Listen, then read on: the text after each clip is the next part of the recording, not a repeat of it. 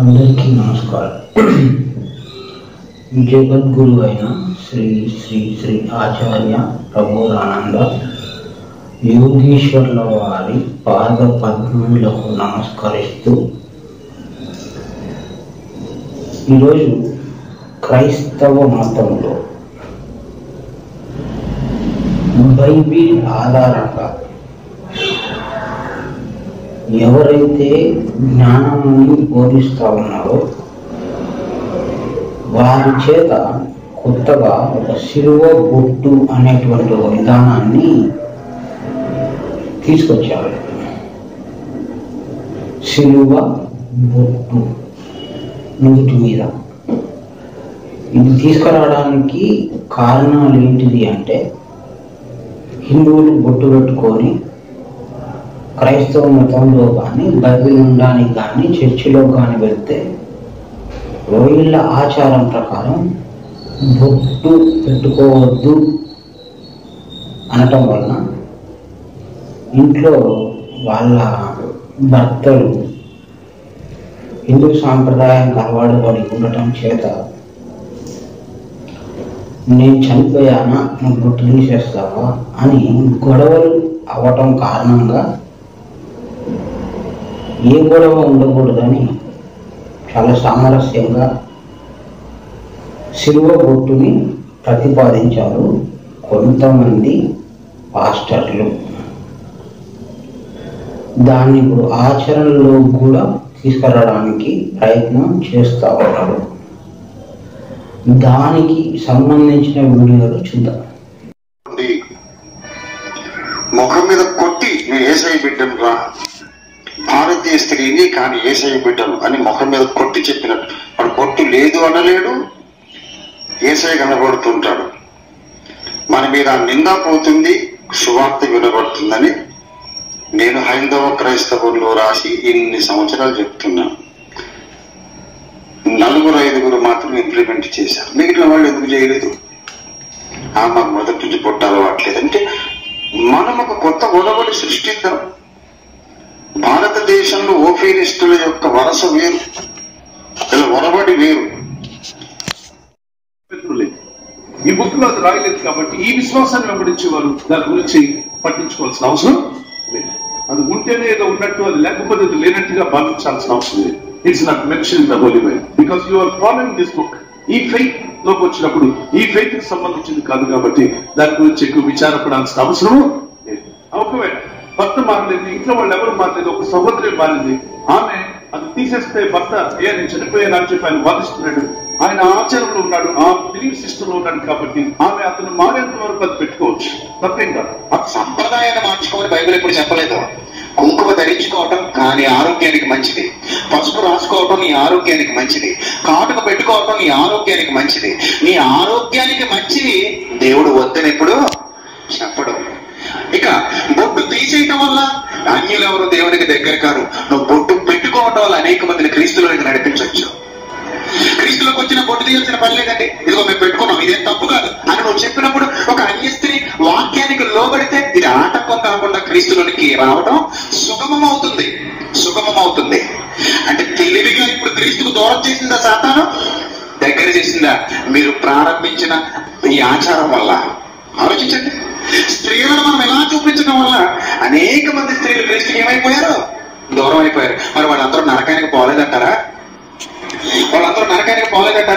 పోయారండి. కాబట్టి క్రైస్తవ స్త్రీ భారతీయ సంప్రదాయాల్ని గౌరవించడం వల్ల అనేక మంది క్రీస్తుల దగ్గర అవుతారు. వాళ్ళ ఆత్మ పరలోకానికి వెళ్ళాలి, అది మన టార్గెట్.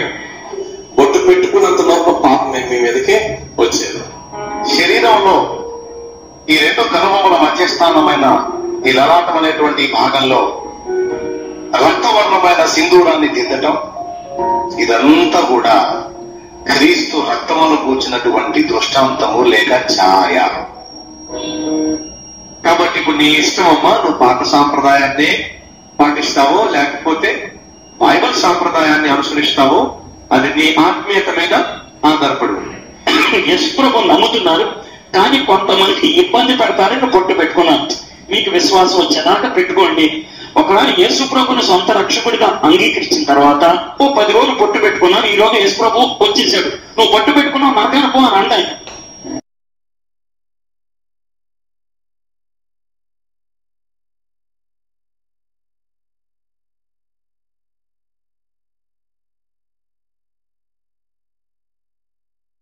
చూసాం కదా, సిలువ గుట్టు అంటే సిలువ ఆకారంలో అడ్డ గీత నిలువు గీత ఒకటి ఈరోజు కొంతమంది పాస్టర్లు యూట్యూబ్లో చూసాం. అది దాని మీద మాట్లాడాలి అని చెప్పి భావం కలిగి మాట్లాడుతూ ఉన్నాం. అసలు సిలువ అంటే ఏంటిదో ముందుగా తెలుసుకుంటే ఆ గుట్టు పెట్టుకోవాలా వద్దా అనే దాని మీద మాట్లాడుకోవచ్చు. సిలువ అనే అంశం గురించి మాట్లాడుకున్నాం. సిలువ అంటే పాపమునకు గుర్తు.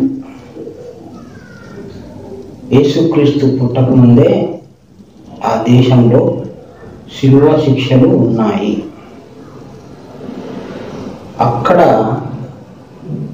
ప్రాణం తీసేటువంటి శిక్ష అది. ఒక మనిషిని ప్రాణం కోల్పోయేలాగా చేసేటువంటి శిక్ష అది. ఈ శిక్ష క్రీస్తు కూడా వేయడం జరిగింది. అంటే ప్రత్యేకంగా ఈ శిక్ష గురించి మనం ఎందుకు మాట్లాడుకోవాలి అంటే అన్నిటికంటే కొంత ప్రత్యేకంగా ఉన్నది. అప్పుడు మనిషిని చంపడానికి చాలా రకాల యంత్రాలు ఉన్నాయి, కానీ శిలువ శిక్షనే ఎందుకు క్రీస్తు ఎన్నుకున్నాడో దాని యొక్క మర్మం ఏమిటిదో మనం కొంత ఆలోచన చేయాల్సి ఉంది. శిలువ అంటే ఒక నిలువు చెక్క అడ్డ చెక్కతో కూడుకొని ఒక మనిషిని దాన్ని కట్టేస్తే దాన్ని మేకులు కొడితే ఇంకెటు కదలలేడు, బంధింపబడి ఉంటాడు. ఈ విధంగా ఈ బంధింపబడి విధానాన్ని క్రీస్తు ఆ శిక్షని సెలవు చేసుకున్నాడు. అంటే చాలా ఉన్నాయి దాంట్లో. మరి జైలు జీవితం ఉంటుంది, హెడ్ కట్ ఉంటుంది, ఉరి శిక్ష ఉంటుంది, చాలా యంత్రాలు ఉన్నాయి. అప్పట్లో చాలా శిక్షలు ఉన్నాయి. అయినప్పటికీ ఈ సిలువ అనేటువంటి శిక్షని ఎన్నుకోవటంలో కొంత ప్రత్యేకత మనకు కనిపిస్తూ ఉంది.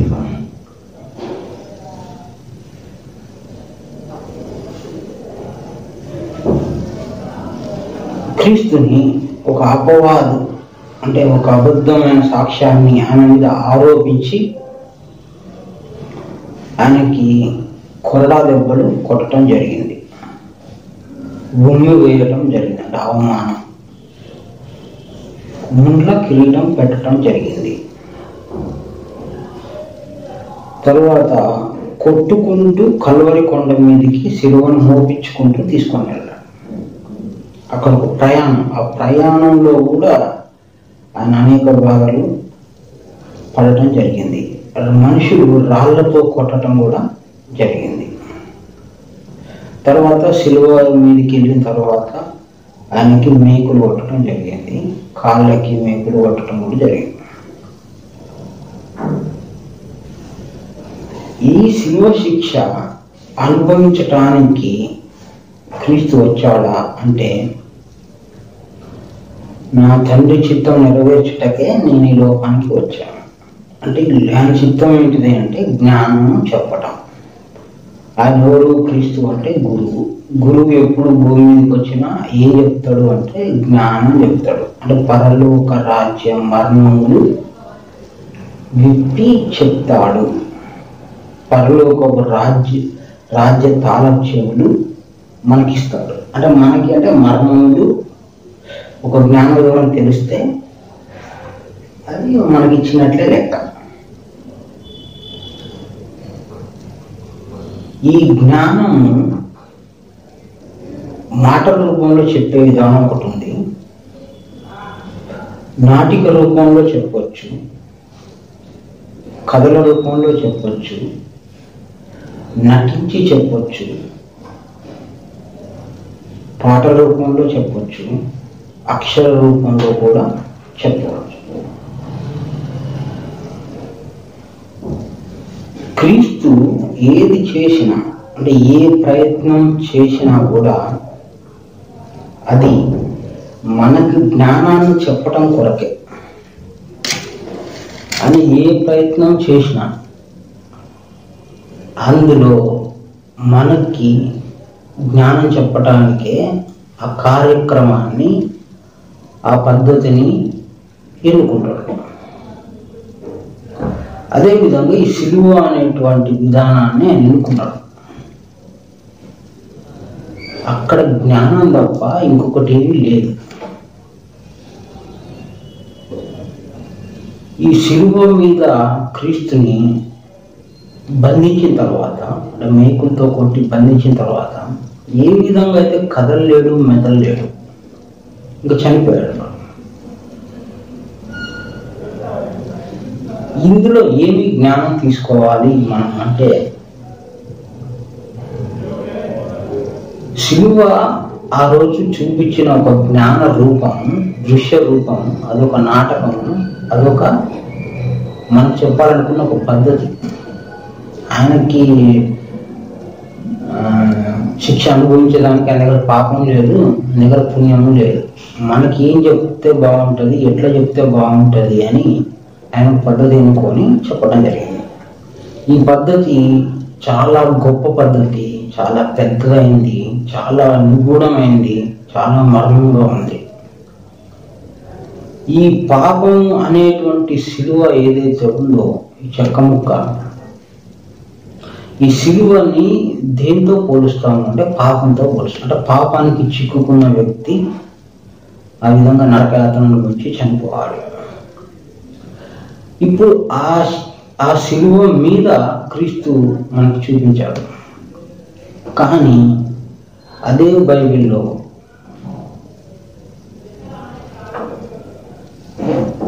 తన సిలువను ఎత్తుకొని నన్ను వెంబడింపని వాడు నాకు పాత్రుడు కాదు అన్నాడు.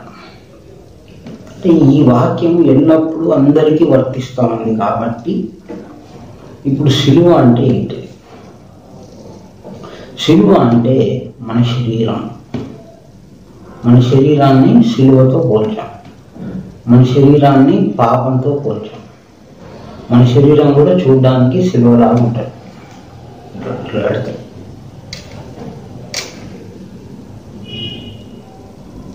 అక్కడ సిలువ పైన క్రీస్తు ఏ విధంగా బంధింపబడ్డాడో, ఇక్కడ ఈ శరీరం లోపల మనం బంధింపబడి ఉన్నాం. ఇక్కడ సిలువ బయట మనకి శిక్షలు కనిపిస్తూ ఉన్నాయి. కొరడాతో కొట్టేది, రాళ్ళతో కొట్టేది, బల్లెంతో కొట్టేది, అవమానించేది, ఆయనకి రక్తం కారుతా ఉన్నట్లు కూడా మనకు కనిపిస్తూ ఉంది.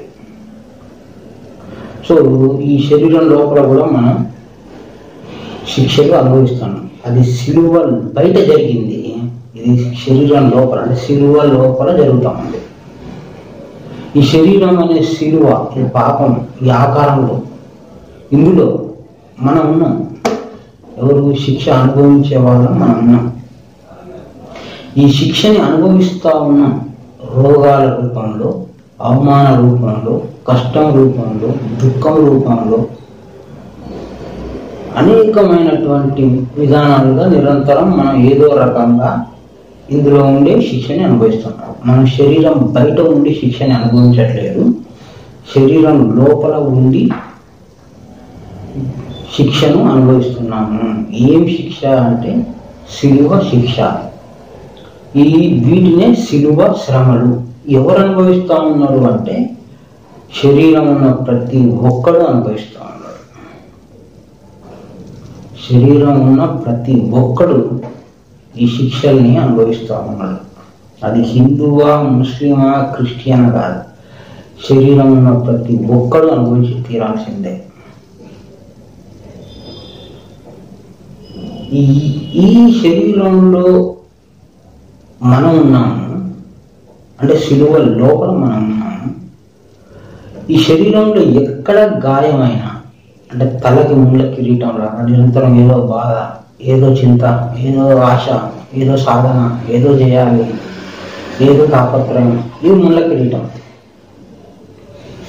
ఈ శరీరంలో ఎక్కడైనా నీకు బాధ కలుగుతుంది. అంటే శరీరంలో ఒక చోట బాధ ఉండి ఒక చోట నీకు బాధ లేదు అన్నట్లుగా ఈ చేతులు ఆడుతూనే ఉంటాయి, కాళ్ళు ఆడుతూనే ఉంటాయి, కడుపులో మంటలు.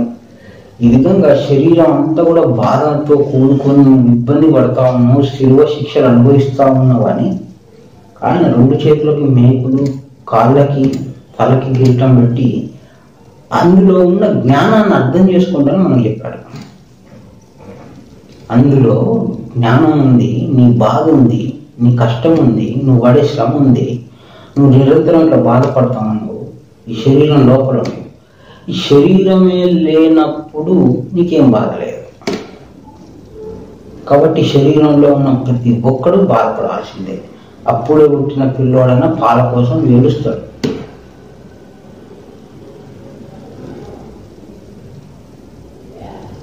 సిలువ వేరు, నువ్వు వేరు. శరీరము సిలువ అనుకుంటే శరీరం లోపల నువ్వు ఉన్నావు, కానీ శరీరం నువ్వు కాదు. నువ్వు ఈ శరీరంలో ఉన్నావు, పుట్టక ముందు కూడా ఉన్నావు, చనిపోయిన తర్వాత కూడా ఉంటావు. ఈ శరీరం అక్కడ వదిలిపెడితే అందరికి కనిపిస్తా ఉంది. చనిపోయిన వారి శవము, శరీరము అక్కడ కనిపిస్తూ ఉంది, కానీ దాంట్లో వ్యక్తి లేడన్న విషయం అందరికీ తెలుసు. ఏ విధంగా విడుదల వస్తుంది నీకు మరణం తర్వాత, కొంత విడుదల అనేది అందరికీ తెలుస్తూ ఉంది. ఈ లోకంలో ఉన్న ప్రతి ఒక్కరికి ఒక వ్యక్తి చనిపోతే అందులో ఒక రహస్యాన్ని పట్టుకుంటా ఉంటారు. ఏంటిది? ఇందులో ఒక వ్యక్తి లేడు, అంటే ఎవరు కష్టం అనుభవించేవాడు లేడు. ఈ విధంగా మనకి ఒక పేరు పెట్టాడు దేవుడు. ఆ పేరే కుమారుడు అంటాము. ఈ కుమారుడు ఇందులో లేకుండా పోతాడు చనిపోయిన తర్వాత. మరి ఎక్కడికి పోతాడు? అది ప్రశ్న. నువ్వు శరీరంలో రాకముందు ఎక్కడున్నావో అక్కడికే పోతాడు. నువ్వు శరీరంలో రాకముందు ఎక్కడున్నావు? ఇంకేదో ఒక శరీరంలో ఉండి తీరాలా, ఇంకొక శరీరంలో ఉండి తీరాలా. ఎందుకంటే నువ్వు శిక్ష అనుభవించి తీరాలా. నీకు సిలువ ఎప్పటికీ ఉంటుంది, ఎప్పటికీ సిలువలు మారుతూ ఉంటాయి. సిలువలు అంటే శరీరాలు అని. ఈ శరీరాలు మారుతూ ఉంటాయి, మారుతూ ఉంటాయి. ఈరోజు నువ్వు మోస్తూ ఉన్న ఈ సిలువ, ఈ శరీరం కొంతకాలానికి అక్కడ వదిలేసి ఇంకొక శరీరం తీసుకుంటాం.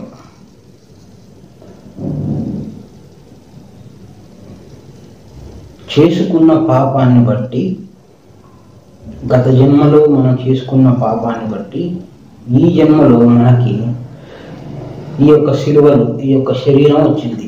ఈ శరీరం అందరికీ ఒకేలాగా లేదు. ఒకడు నల్లగా, ఒకడు తెల్లగా, ఒకడు గుడ్డి, ఒకడు గూని, ఒకటి కుష్టు, మళ్ళీ ఒకటి జీవన విధానంలో కూడా తేడాలు ఉన్నాయి. ఆర్థిక విషయాల్లో కానీ, రోగాల విషయంలో కానీ, అనుభవాల్లో కానీ చాలా తేడాలు ఉన్నాయి. యోగు గారు చెప్పినట్లుగా నరులు కేవలం శ్రమ అనుభవించడం కొరకే పుడతాము. నువ్వు ఎందుకు పుట్టినావు అనే ప్రశ్నకి జవాబు యోగు గారు ఎప్పుడో చెప్పారు. కాబట్టి శరీరంతో ఎందుకు వచ్చాము అంటే శ్రమ అనుభవించడానికి. ఈ శరీరం అనే సిలువలో నువ్వు శ్రమ అనుభవించడానికి ఇందులో వస్తా ఉన్నావు, ఇందులో లేకుండా పోతా ఉన్నావు. మళ్ళీ ఇంకొక సిలువ వస్తూ ఉంది, మళ్ళీ ఇంకొక శరీరం వస్తూ ఉంది. ఇట్లా శరీరాలు మారుతూ ఉంటాం. కాబట్టి ఈ మారుతున్న శరీరాలే సిలువ. తన సిలువనెత్తుకొని నన్ను వెంబడింపని వాడు నాకు పాత్రుడు కాదు. అంటే అర్థం ఏంటిది? ఎవరి శరీరాన్ని నాడు మోసుకుంటూ అందులో ఉండి శిక్షలు అనుభవించుకుంటూ మళ్ళీ నన్ను కూడా తెలుసుకొని ఆ దెబ్బలు తింటూనే, అవమానపడుతూనే, ఇబ్బంది పడుతూనే, ఈ లోకంలో ఉన్నటువంటి అన్ని నరకయాతనలు అనుభవిస్తూనే నా జ్ఞానాన్ని తెలుసుకొని, నా తండ్రి చిత్తాన్ని తెలుసుకొని, నేను పరలోక రాజ్యం నుంచి తీసుకొచ్చిన మర్మాలను తెలుసుకొని వాటిని మనం ఆచరిస్తూ ఉంటే అప్పుడు నీకేమవుద్ది? ఇప్పుడైతే నువ్వు బంధింపబడి ఉన్నావు, ఈ శరీరంలో కూడా బంధింపబడి ఉన్నావు, బంధనము అంటాం. శరీరంలో బంధింపబడి ఉన్నాం, దాన్ని బంధనము అంటాం. ఈ శరీరంలో బంధింపబడి ఉన్నాం కాబట్టి మనల్ని కుమారుని బంధింపబడిన వాడు అంటాం. ఇందులో నుంచి విడుదల రావాలి. విడుదల అంటే ఈ బంధనం నుంచి విడుదల కావాలి, కొద్ది గొప్ప క్షమాపణ కావాలి. ఉన్న రోజులు శిక్షలో కొంత మార్పు జరగాలి, కొంత వెసులుబాటు జరగాలి, కొంత క్షమాపణ జరగాలి. కాబట్టి క్రీస్తు చెప్పిన వాక్యం మనం తెలుసుకొని అర్థం చేసుకొని ఈ పాపాన్ని అనుభవించడంలో తక్కువ చేసుకొని దేవుణ్ణి గణపరచడంలో, దేవుని దారిలో వెళ్ళటానికి, ఆయన చెప్పిన దారిలో వెళ్ళటానికి ఈ బైబిల్లో ఉన్న మర్మాలను అర్థం చేసుకొని వాటి ప్రకారం నడుచుకుంటూ వెళ్తే అప్పుడు తన శిలువను ఎత్తుకొని ఆయనను వెంబడిస్తాము. అంటే శిలువ అంటే పాపము అని. తన పాపాన్ని మోస్తూనే, తన పాపాన్ని అనుభవిస్తూనే నన్ను వెంబడించాలి. ఎప్పటి వరకు? నీకు ఎప్పుడైతే మరణం వస్తుందో అప్పటి వరకు. అప్పుడు ఏమవుతుంది? బంధనము అంటాను, శబ్దము అంటాను. శబ్దము అంటే వినిపించేది, నిశ్శబ్దము అంటే వినిపించదు. రూపము అంటే కనిపించినది, నిరూపము అంటే కనిపించనిది. అదేవిధంగా బంధనం అంటే బంధించబడేది, నిబంధన అంటే బంధింపబడనిది. అంటే నువ్వు శిలువలో బంధింపబడ్డావు కదా, నన్ను వెంబడిస్తే, నా జ్ఞానం తెలుసుకుంటే నువ్వు బంధింపబడవు. అంటే నిబంధన, రక్తం అంటే జ్ఞానము అని అర్థం. ఈ విధంగా దృశ్య రూపంలో ఒక నాటికగా, ఒక విధానంగా మనకి క్రీస్తు మనకు అర్థం కావడం కోసం ఆ శిలువ అనే విధానాన్ని ఎన్నుకున్నాడు. శరీరం అనేటువంటి దాంట్లో ఉండి మనం ఇబ్బంది పడతాం. దీన్నే శిలువ అంటాం. ఇంకా లోతుకు వెళ్తే, ఇంకా లోతుకు వెళ్తే, ఇంకా లోతుకు వెళ్తే జ్ఞానం ఇంకా ఇంకా తెలుస్తూ ఉంటుంది. కుమారుడు ఉండే చోటు ఎక్కడ? మన శరీరంలో కుమారుడు ఉండే చోటు ఎక్కడ? ఇది ఒక ప్రశ్న. ఈ ప్రశ్నకి జవాబు కావాలి అంటే వెతకాలి. ఈ ప్రశ్న చేసుకుంటూ బైబిల్ ఆధారంగా చేసుకొని జ్ఞానాన్ని తెలుసుకోవాల్సిన అవసరం ఉంటుంది. కుమారుడు తండ్రి గురించి తెలుసుకోవాలి, మళ్ళీ పరిశుద్ధాత్మ గురించి తెలుసుకోవాలి. ఫస్ట్ నిన్ను గురించి తెలుసుకుంటే ఆ పని అయిపోతే మన తండ్రి గురించి, తండ్రి పని అయిపోతే పరిశుద్ధాత్మ దేవుని గురించి. ఇది జ్ఞాన విధానం. కుమారుని యొక్కయు, తండ్రి యొక్కయు, పరిశుద్ధాత్మ యొక్క నామములలోనికి బాప్తిస్తం అంటే జ్ఞానము అని. జ్ఞానం తీసుకొని నాకు శిష్యులుగా కాండి. ఈ 3 దారులు పెట్టాడు దేవుడు.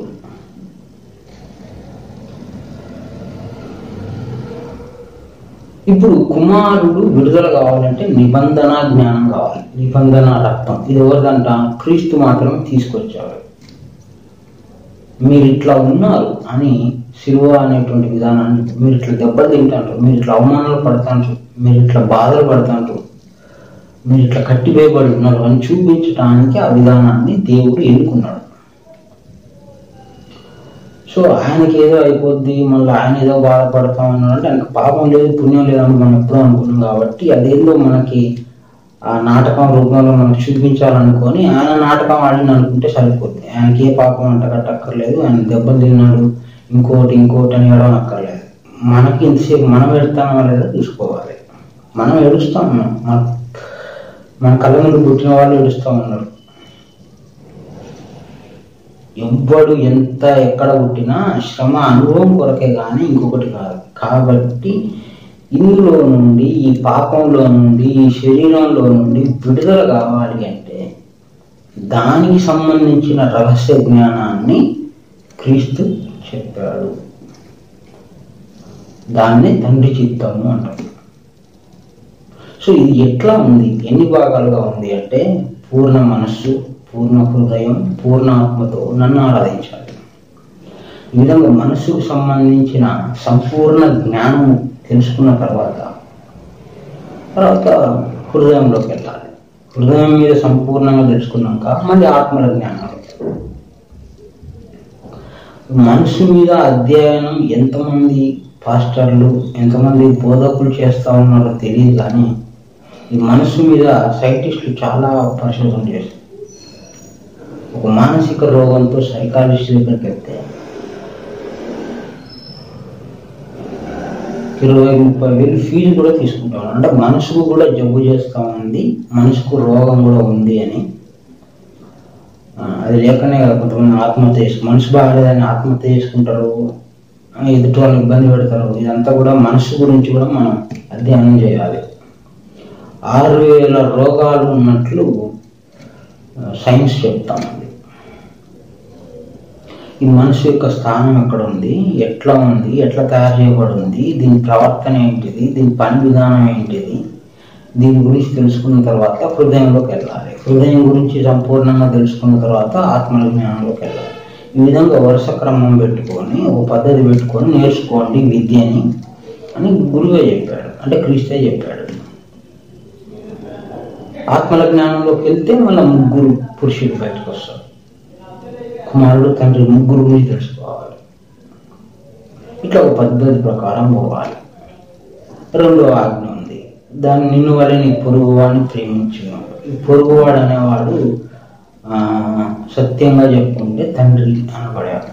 కుమారుడు ఉంటే తండ్రి ఉన్నాడు, కుమారుడికి తండ్రి తోడుగా ఉన్నాడు.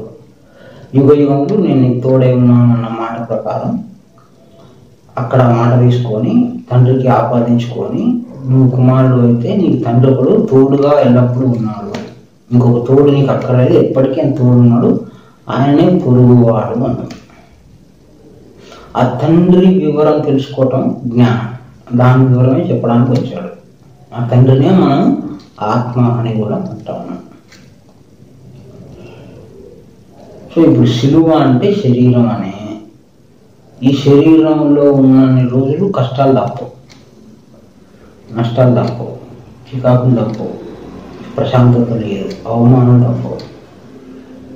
ఇదే గుర్తు నీకు సిలువకి గుర్తు అంటే ఇంకో గుర్తు ఏముంది నీకు? ఇదే గుర్తు, నీకు నువ్వే గుర్తు సిలువకి. నువ్వు సంతోషంగా ఉన్నావని నిన్ను నువ్వు మోసం చేసుకోకూడదు. ఎందుకంటే దేవుని మాట ప్రకారం ఎవడు సంతోషంగా ఉండటానికి అవకాశమే లేదు.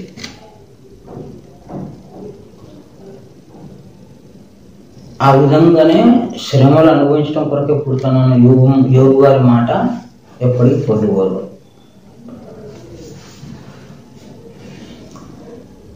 కాబట్టి నువ్వు ప్రత్యేకంగా క్రీస్తుతో ఇబ్బంది పడ్డాడని, ఆ సిలువ ప్రత్యేకంగా ఒక ముద్రని, ఆ బొట్టు అని చెప్పి దాన్ని తీసుకొచ్చి 2 కనుబొమ్మల మధ్యన పెట్టి ఇది క్రైస్తవ మతానికి సూచిక అని చెప్పడం అనేది సరైనది కాదు.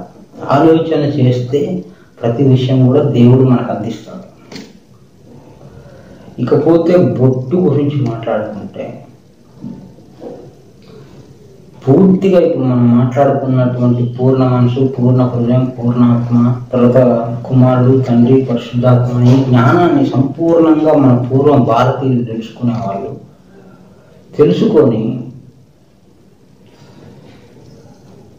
ఈ ఆత్మజ్ఞానం నేను తెలుసుకున్నాను, నేను ఆచరిస్తా ఉన్నాను అని ఆ ఎర్రటి కుంకుమ, ఎర్రటి అంటే విప్లవాన్ని గుర్తు, ఆ కుంకుమని ఈ 2 కనుబొమ్మల మధ్యలో పెట్టుకునేవాడు.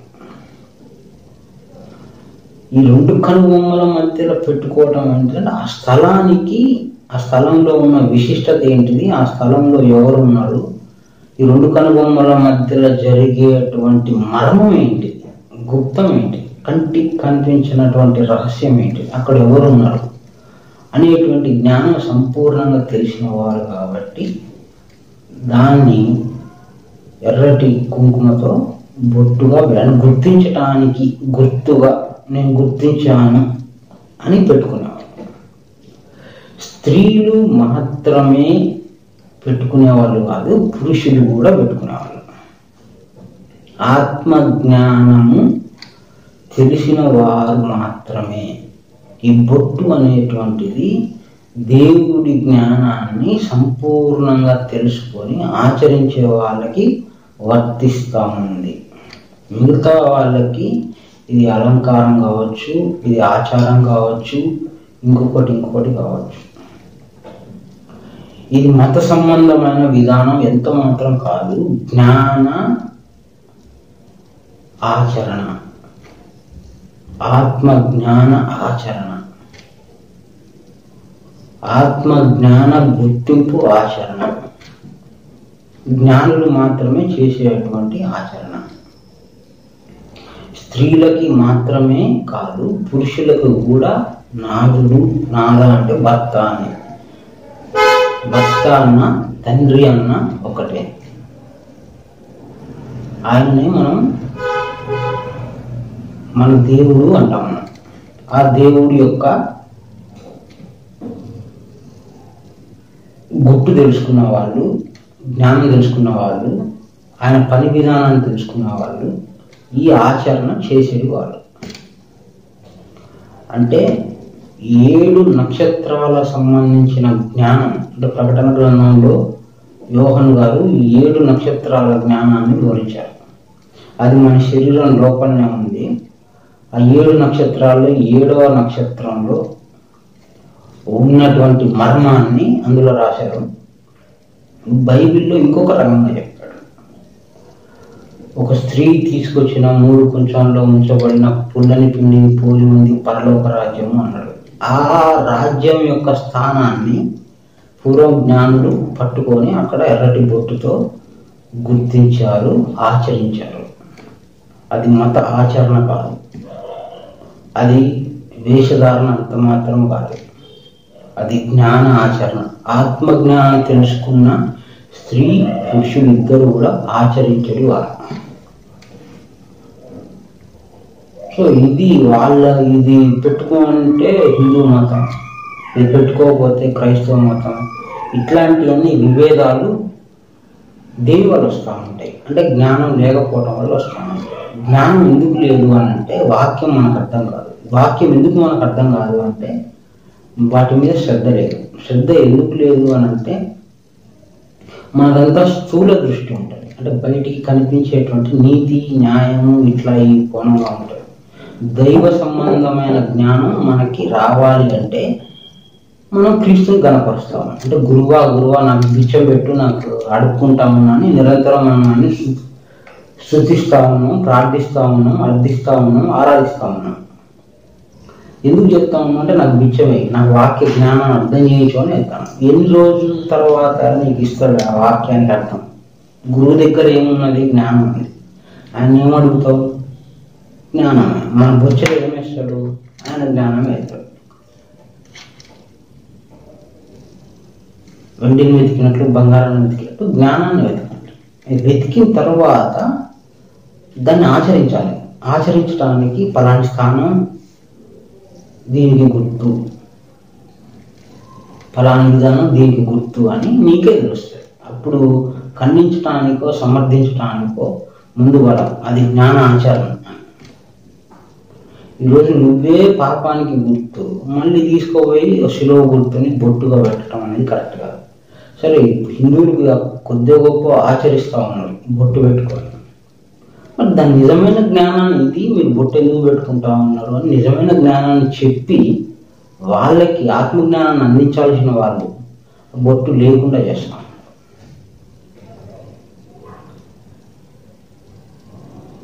ఆచరణ అనేది కరెక్టే, కానీ వాళ్ళ జ్ఞానం తెలిసి చేయట్లే. అది స్థూలంగా చేసుకున్న భర్తకి గుర్తు అని చెప్పి వాళ్ళు అనుకోవడం వలన అది ఆచరణ ఉంది కానీ భావం కరెక్ట్గా లేదు. సో ఆచరణ అట్లనే ఉంచి భావాన్ని ఇంకా మన సత్యం చెప్పగలిగితే, వాళ్ళకి ఆత్మల విషయం చెప్పగలిగితే అది వాళ్ళు దాన్ని తెలిసి ఆచరిస్తారు, అప్పుడు కరెక్ట్ అవుతుంది. ఇప్పుడు క్రైస్తవ మతంలో స్త్రీలు తలకాయ మీద కొంగులు కప్పుకుంటారు. పురుషులు కప్పుకోరు. ఎందుకు కప్పుకోరు అనే ప్రశ్న మనం వేస్తే సమాధానం ఏం చెప్తారో తెలియదు. అంటే దానికి అర్థం ఏంటిది? నేను దేవుని కింద ఉన్నాను అని చూపించడానికి ఆ విధంగా కొంగుని వేసుకునేవాడు. అంటే మరి పురుషులు దేవుని కింద బతకట్లేదా? వీడే దేవుడు అయిపోయినా? ఒకళ్ళేమో ఆచరిస్తారు, ఒకే చర్చిలో ఆడవాళ్ళందరూ కొంగున నెత్తి మీద వేసుకుంటే కొంగుని మగవాళ్ళు వేసుకోరు.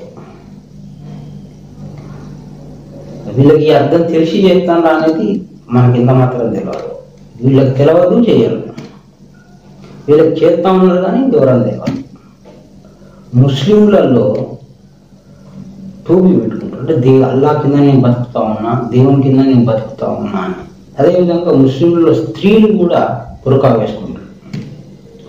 కానీ ఏదేమైనా అల్లా కింద బతుకుతున్నాం అని జ్ఞాపకం ఉంచుకోవడం కోసం వాళ్ళు ఆ విధంగా చేయాలి. ఒక ఆచరణ జ్ఞానభావాన్ని, ఆత్మజ్ఞాన భావాన్ని కలిగే విధంగా ఉంటే అది సరైంది.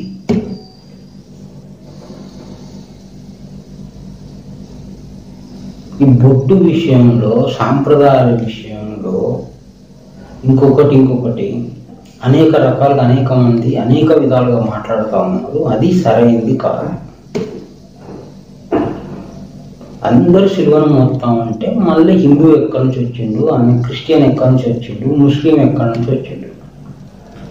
ఎవడు ఎట్లా పుట్టినా వాడి శిక్ష అనుభవించడానికే పుడతామన్నాడు. వాడి శరీరం ఎట్లానో ఉండని, వాడి సిలువ ఎట్లానో ఉండని, వాడి బాధలు ఎట్లానో ఉండని, వాని బాధ వాంది, మన బాధ మంది.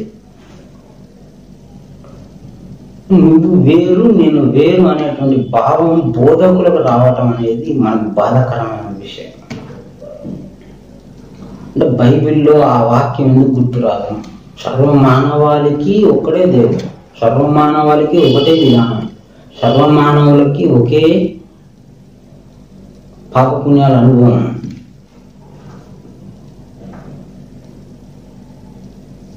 ప్రతి ఒక్కరు తల్లి గర్భాన్నే పుట్టాలి.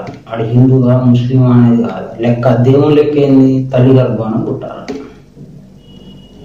బయటకు వచ్చినాక నువ్వు మనకి ఇట్లా కత్తెర చేసి గుండు కొట్టి ఒక పేరు, కత్తెర వేసి ఒక పేరు, కళ్ళ కాటుక పెట్టి ఒక పేరు, పచ్చ బొట్టు వేసుకొని ఒక పేరు, బొట్టు పెట్టుకొని ఒక పేరు, తెల్లక డ్రెస్ వేసుకుంటే ఒక పేరు, నల్ల డ్రెస్ వేసుకుంటే ఒక పేరు.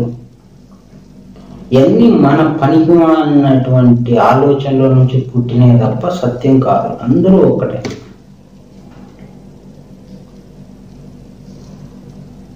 ఆత్మ జ్ఞానం సంపూర్ణంగా తెలుసుకుంటే ఏ ఆచారమైనా నువ్వు చేసుకోవచ్చు. అంటే శరీరం లోపల కంటికి కనపడకుండా ఏమేం జరుగుతామండి, అన్ని కంటికి కనపడనియే క్రీస్తు చెప్పాడు. మనస్సు కనపడదు, హృదయం కనపడదు, ఆత్మలు కనపడదు. ఈ కంటికి కనపడందే తెలుసుకోండి అన్నాడు. ప్రకటన గ్రంథంలో రాసిన 7 నక్షత్రాల వివరం అది కూడా తెలియదు, అది కూడా కంటికి కనపడందే. ఈ కంటికి కనపడని విధానాన్ని బోధించవలసిన, జ్ఞానం సంపాదించుకోవాల్సిన ఈ బోధకులు ఈరోజు స్థూలంగా శరీరం బయట మాట్లాడుకోవటం ఎదుటి వాళ్ళకి చెప్పటం అనేది అది క్రీస్తు బోధ కాదు. శరీరం బయట చెప్పే విధానం అంతా క్రీస్తుకు సంబంధం లేదు. శుభ్రంగా ఉండాలి, నీట్గా ఉండాలి. శుభ్రంగా కాదు, పరిశుభ్రంగా ఉండాలని చెప్పాలి. శుభ్రం వేరు, పరిశుభ్రం వేరు. శుభ్రము అంటే శుద్ధిగా ఉండడం. పొలాల్లో పని చేసుకునేవాడు శుభ్రంగా ఉండడు, కానీ వాడు పరిశుభ్రంగా ఉంటాడు. అంటే పరిశుభ్రంగా అంటే ఇంటికి వచ్చినాక, పని అయిపోయినాక ఇంటికి వచ్చినాక స్నానం చేసి వాడు పరిశుభ్రం అంటాడు. అంటే సమయానుకూలంగా ఉండేదాన్ని పరిశుభ్రత అంటాం. పనులలో ఆయా పనులకు అనుకూలంగా శరీరం నడుచుకొని తీరాలి కాబట్టి అన్ని కాలాల్లో, అన్ని విధానాల్లో, అన్ని సమయాల్లో శుభ్రంగా ఉండటానికి కుదరదు. అంటే పరిశుభ్రత అనేది మనకి సైన్స్ చెప్తా ఉంటుంది, బోధకులు చెప్పనక్కర్లేదు, అది వాళ్ళకి తెలిసిపోద్ది ఆటోమేటిక్గా. అంటే ఇది కూడా చెప్తా ఉన్నారు, ఇది కూడా క్రీస్తు బోధే అని. భగవద్గీతలో కృష్ణుడు మనోశుభ్రత కలిగి నన్ను ఆరాధించాడు. నా మనసు ఎట్లా శుభ్రంగా ఉంచుకోవాలో, ఆ శుభ్రత ఎట్లా ఏంటిదో అనేది తెలుసుకోమన్నాడు, కానీ శరీర శుభ్రత అనే చెప్పలేదు. ఈ శరీర శుభ్రత అనేది వాళ్ళకి ఆ శిలువ ద్వారా తెచ్చుకున్నటువంటి పాప పుణ్యాన్ని బట్టి ఉంటుంది.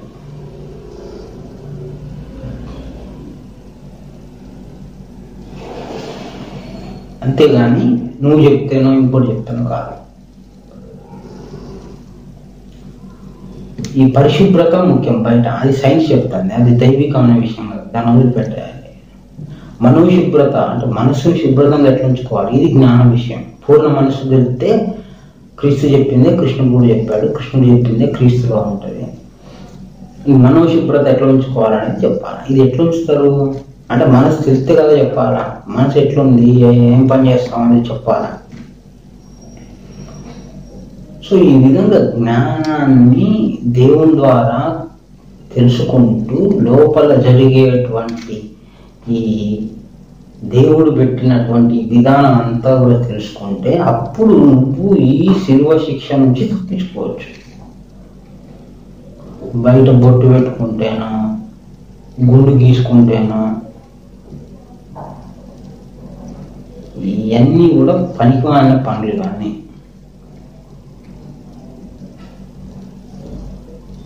అంతరంగమందు అపరాధములు చేసి మంచి వాని వలె మనుజులను ఇతరులు తెలియకున్న ఈశ్వరుడికి ఎరుగురా విశ్వదాభిరామ విగ్రహ. నువ్వు అంతరంగమందు ఎట్లా శుద్ధి చేసుకోవాలి, ఎట్లా బాగుపడాలి, నువ్వు ఏంటిది అని జ్ఞానం చెప్పాలి. కానీ బయట శుద్ధి పనికిరాంది. అది బోధన ఎట్లా ఉండాలి,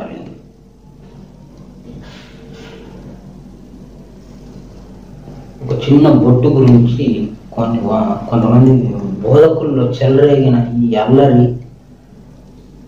ఇది అసలు మాట్లాడాల్సిన విషయమే కాదు.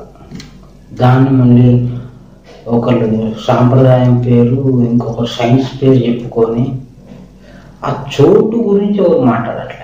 ఇక్కడ ఉన్న చోటు ఏం పని చేస్తూ ఉంది, ఇక్కడ ఏం జరుగుతూ ఉంది అని బైబిల్ ఆధారంగా ఆ మర్మం ఎవరో కూడా చెప్పట్లేదు. అది వినిసే పైపోయినా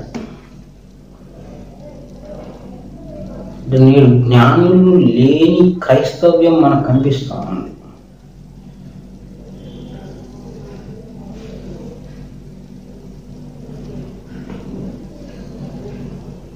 ఆచరణ, నువ్వు ఏదైనా జ్ఞానం తెలిసి ఆచరిస్తే దాని ఆచరణ అంటారు. నా మీద దేవుడు ఉన్నాడని ఒక టోపీ పెట్టుకో, అప్పుడు నువ్వు ఆచరిస్తే అది కరెక్ట్. ఎవరైనా అడిగినా కూడా చెప్పొచ్చు. నాకు గుర్తుండటానికి నెత్తి మీద ఒక టోపీ పెట్టుకున్నా, ఒక దస్తీ కట్టుకున్నా, ఒక టవాల్ ఇట్లా కట్టుకున్నా, నా నెత్తి మీద ఒకరు ఉన్నారు అని. మళ్ళీ క్రైస్తవులలో స్త్రీలని తక్కువగా, పురుషులని ఎక్కువగా చూడడం జరుగుతూ ఉంది. ఈ ఏసీలో మోసుకున్న శిక్ష అనుభవించే వాళ్ళే. మళ్ళీ దీంట్లో వ్యత్యాసాలు, వీడిట్లా వాడిట్లా. హోల్సేల్గా ఇద్దరికి కలిపే నాదా అన్నారు, అంటే దేవుణ్ణి భర్త అన్నారు. ఇద్దరు కూడా దేవుణ్ణి ఆరాధించాలి. భార్య భర్తలు ఒకరేమో గుడికి పోయి ఒకరు గుడికి పోకుండా, ఒకరు జ్ఞానం తెలుసుకొని ఇంకొకరు జ్ఞానం తెలుసుకోకుండా, నేను ప్రార్థన చేస్తే నీకు కూడా పాపం పోతులే, నా వల్ల నీ పిల్లలకు పాపం రాదులే, చేసిన పాపం మళ్ళీ పోయి పాస్టర్కి మునుకొస్తే పాపం పోతులే, క్షమించి దేవుడు అంటే క్షమిస్తాడులే, ఇట్లాంటివన్నీ కూడా వచ్చేసినాయి. అంత ఇన్స్టాంట్. ఏంటిది? ఉద్యోగం కావాలి, దానికోసం ప్రార్థన. పెళ్ళి కావాలి, దానికోసం ప్రార్థన. ఇల్లు కావాలి, దానికోసం ప్రార్థన. అన్ని ముక్కలు చేసుకొని, కోరికల్ని విడిభాగాలు చేసుకొని, ఆ భాగాల్ని ఒక అయ్యగారితోనో ఒక పాస్టర్తోనో ఆ సమస్య గురించి ప్రేయర్ చేసుకొని, ఆ సమస్య తీరినాక దేవుడు నాకు ఇది చేశాడు అని చెప్పి మాట్లాడుతుంటారు. నీకు కారిస్తే ఏముంది, అది కూడా శిలువ శిక్షే. దాన్ని పట్టుకొని తిరగాల. ఇల్లు ఇస్తే ఇంటిని పట్టుకొని తిరగాల. నువ్వు ఎంతసేపు ఇందులో నుంచి విడుదల కావడానికి కోసం క్రీస్తు వచ్చి చెప్తే, నిబంధన రక్తం చెప్తే, నాకు ఇంకా కావాలి కావాలి, ఈ సిలువకి ఇంకా అటాచ్మెంట్ కావాలి అని కోరుకుంటా ఉన్నారు. బంధనం లేకుండా చేసుకోండి అంటే నాకు ఇంకా బంధనాలు కావాలి, నాకు ఇంకా కావాలి అంటే మొయ్యలేవు అంటే ఇంకా నేను మోస్తానంటాను. భారము మోస్తున్న సమస్త జనులారా నా యుద్ధకు రండి. నా యుద్ధకు అంటే ఎవరు? తండ్రి. ఈ తండ్రి జ్ఞానం ఎవరు చెప్తారు? క్రీస్తు చెప్పాడు. క్రీస్తు చెప్పిన వాక్యాల మర్మములు మనకి ఎట్లా అర్థమవుతాయి? దేవుడు ఒప్పుకుంటే అయితే. మరి దేవుడు ఒప్పుకోవాలంటే ఏం చేయాలి? శ్రద్ధ పెట్టుకోవాలి, అడగాలి. ఎవరికి వాళ్ళు అడిగితే చెప్తాడు. ఎవరినో నమ్ముకొని ఆయన చెప్పిందే కరెక్ట్, ఈయన చెప్పింది కరెక్ట్, ఈ పైన శరీరం బయట చెప్పేటువంటి విధానం అంతా కరెక్ట్ కాదు. శరీరం లోపల చాలా పెద్ద సామ్రాజ్యమే ఉంది, చాలా పెద్ద మర్మం ఉంది. పరలోక రాజ్యం ఎక్కడో లేదు, లోపలనే ఉంది. పరలోక రాజ్యం అందరూ బయట ఎదుగుతుంటారు.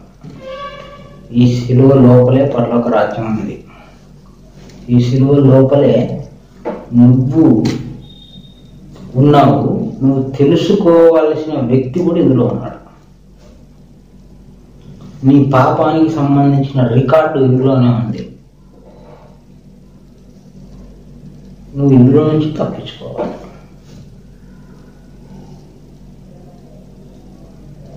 ఇదంతా జ్ఞానము అంటాం. సిలువ అంటే నీ శరీరమే. మళ్ళీ దానికి ఒకటి గుర్తు పెట్టి నువ్వు నుదుటి మీద పెట్టుకోవద్దు. ఆ నుదుటి మీద ఆ చోటు గురించి పరిశోధన చేయండి. అక్కడ ఉన్నటువంటి ఈ రెండు కనుబొమ్మల మధ్యలో ఉన్నటువంటి అక్కడ ఏముంది, అక్కడ పని ఏం జరుగుతూ ఉంది, కంటికి కనపడకుండా ఉన్నటువంటి ఆ స్థలంలో క్రీస్తు ఏం చెప్పాడు, గ్రంథాలు ఏం చెప్తా ఉన్నాయి అనేది కొంత పరిశోధన చేసి దాన్ని తెలుసుకొని ఆచరించిన తర్వాత అప్పుడు ఏ సాంప్రదాయాన్ని నువ్వు ఖండించండి, ఏ సాంప్రదాయాన్ని ఎదిరించండి.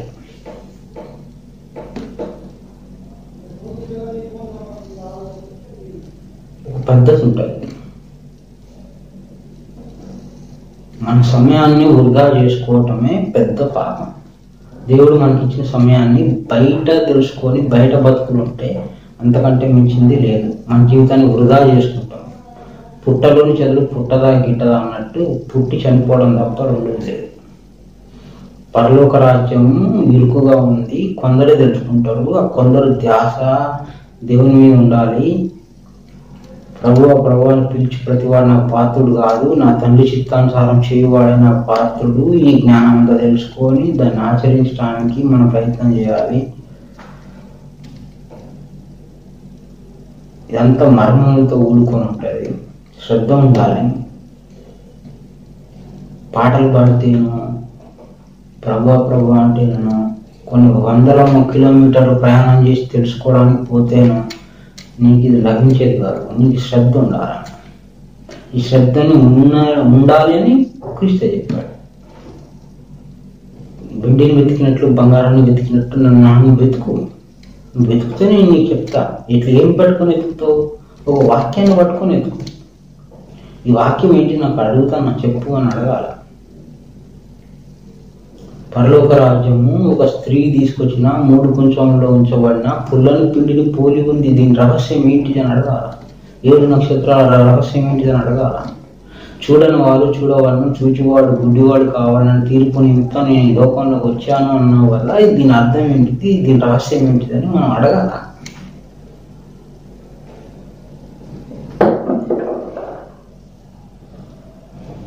ఏడు నక్షత్రాల జ్ఞానం ఏంటిది అని అడగాలి. ఇంకా మర్మాలు ఒక్కొక్కటి అది చిన్న వాక్యమే. తీగ లాగితే డోకంతా కదిలింది అంటారు కదా.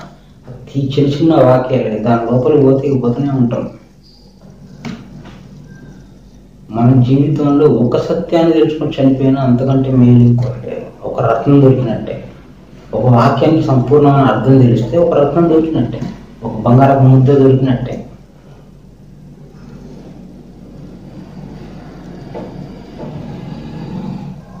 సో దేవుడి విషయంలో జాగ్రత్త, మెలకువ, ఆత్మజ్ఞానం విషయానికి సంబంధించిన జ్ఞానం తెలుసుకోవాలి. శరీరం బయట అంతా కూడా ఏమీ లేదు, ఉన్నదంతా లోపలే ఉంది. నీ ముందు వెనుకలు, పైన ఉంది, కింద ఉంది, అన్నీ తెలుసుకోవాలి. ఈ రహస్యాలన్నీ కూడా కలిగిన వానికి ఇవ్వబడును అన్నాడు. అందరికీ ఇవ్వటం జరగదు. పరలోక రాజ్యం మర్మములు అందరికీ ఇవ్వటం జరగదు.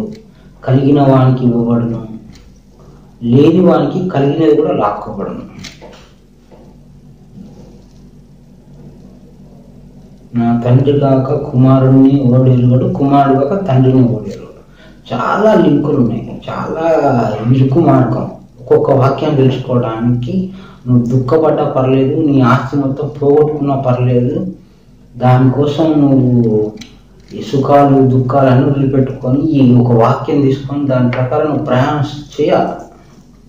దానికోసం ఏమన్నా పోనీ అంటే ప్రయాణం అంటే మళ్ళీ ఎక్కడికో భూమి చుట్టూ తిరగొస్తా అనేది కాదు. అది నీ బుద్ధికి అందేంత వరకు దేవుణ్ణి వేడుకోవాలి. అది నీ ధ్యాసలో ఉండాలి. అప్పుడు నీ ధ్యాసను బట్టి, నీ శ్రద్ధను బట్టి నీకు ఆయన ఒప్పుకుంటే నీకు అది అర్థమవుతుంది. లేదంటే ఇట్లాంటివన్నీ నువ్వు హిందువు, నువ్వు ముస్లిం అని గొడవలు పెడతావు. హిందూ ముస్లిం అనే మాట వచ్చింది అంటే వాళ్ళు బోధకులు, జ్ఞానులు కాదు. శరీరం అంటే సిలువ అని తెలియదు.